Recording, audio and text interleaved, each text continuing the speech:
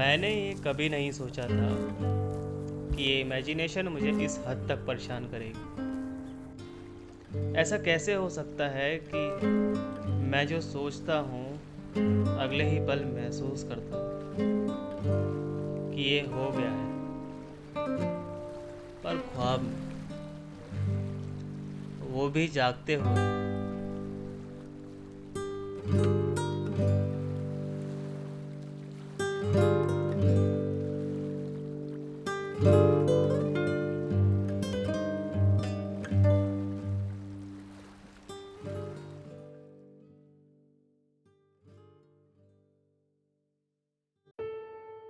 वैसे तो इमेजिनेशन बचपन से ही शुरू हो जाती है। बस फ़र्क सिर्फ इतना होता है कि उस उम्र में इमेजिनेशन का दायरा होता है। कोई भी इंसान केवल वहीं तक इमेजिन कर सकता है जहाँ तक उसने देखा या सुना है।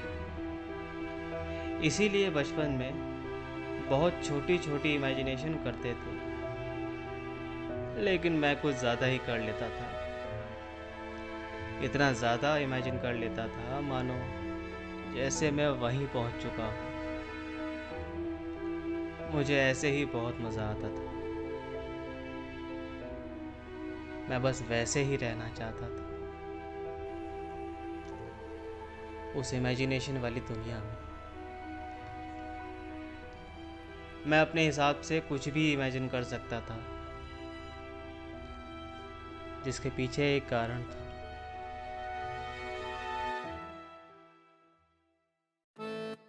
डर। पता नहीं क्यों मैं डरता बहुत था।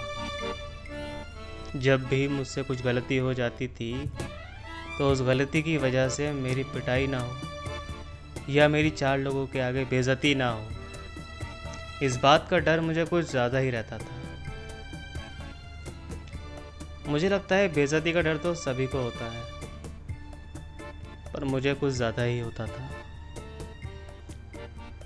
घुटन होती थी मुझे। बस इसीलिए मैं ज़्यादा किसी से मिलता नहीं था। वो इसीलिए भी क्योंकि मेरे आसपास का माहौल कुछ अच्छा नहीं था। आजकल डिस्ट्रैक्शन कुछ ज़्यादा ही बढ़ चुका है। लड़ाई झगड़ा, नशे, ये सब कुछ ज़्यादा ही चल रहा है।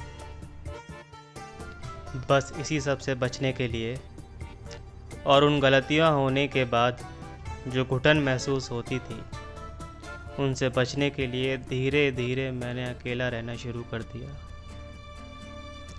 और अपनी दिमागी बनाई हुई इमेजिनेशन में खोता चला गया। आज मेरी इमेजिनेशन बहुत ताकतवर हो चुकी है। आजकल के इस मुकाबले से भरी दुनिया में दुनिया की कामयाबी देखकर दिल में आग सी लग जाती है कि मुझे भी करना है।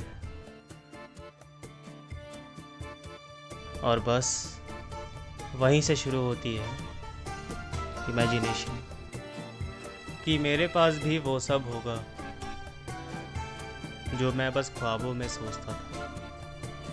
घर, गाड़ी, पैसा, ऐशो आराम, मैं भी करके दिखाऊंगा। तब देखना कैसे वो सब भागते हुए आएंगे मेरे पास, जो कभी मुझे भाव तक नहीं देते थे। तब बताऊंगा मैं। और बस इसी तरह मैं अपनी ही बनाई हुई दिमागी कल्पना में इस कदर बह जाता हूँ, मुझे ये एहसास तक नहीं होता कि मुझे रुकना कहाँ है। और धीरे धीरे यही इमेजिनेशन आज आगे बढ़ते बढ़ते बदला और गुस्से का रूप ले लेती है। मैं इतने सालों से जिस घुटन और डर से बचने के लिए आज तक अपनी कल्पना वाली दुनिया में जीता रहा, मैं आज उससे भी बड़ी प्रॉब्लम में फंस चुका हूँ।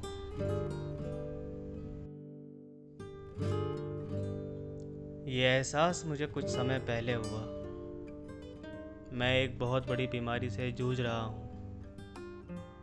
मैंने महसूस किया कि क्यों मैं सोचकर ही खुश हो जाता हूँ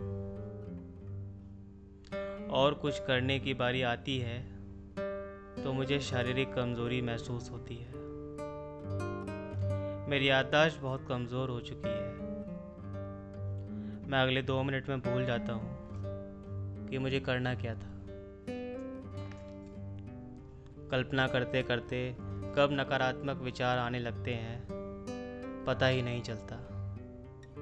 दिल की धड़कन इतनी तेज हो जाती है जैसे मानो बस अब मैं बचूंगा नहीं। जब मैंने इन सब हरकतों पर ध्यान दिया और जानने की कोशिश की कि मेरे साथ ये सब क्या हो रहा है, तब मुझे पता चला मैं एक बीमारी से जूझ रहा हूँ जिसका नाम है एंजाइटी डिसऑर्डर। कहते हैं एक छोटी सी बात कभी कभी जीवन में उलझन खड़ी कर देती है। कोई एक घटना जिसे हम भूलने या उससे सबक लेकर आगे बढ़ने की वजह इसके बारे में नकारात्मक बातें सोचते हुए अपने भविष्य को जोड़ने लगते हैं। कभी कभी तो हमारे मन में ऐसी काल्पनिक दुनिया या सोच का फ्लैशबैक चलने लगता है जिससे हम अपने साथ अपने आसपास के लोगों का भी भविष्य खराब कर बैठते हैं। फाइनली आज एहसास हुआ है कि आखिर जिंदगी है क्या। भगवान ने हमेशा हर किसी के कंधों पर उतना ही बोझ डाला है जितना वो संभाल सकता है।